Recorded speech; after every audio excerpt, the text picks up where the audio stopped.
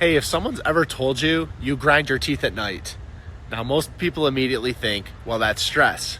Well, sometimes that's true, but often your jaw is actually doing something much smarter than that. During sleep, if your airway starts to narrow, even slightly, your brain pushes your jaw forward automatically to open space for breathing. That movement can start like grinding.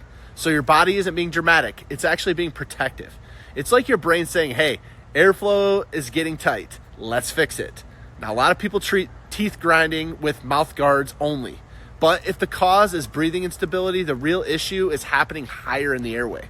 So nighttime grinding isn't always a dental problem. Sometimes it's a sleep signal.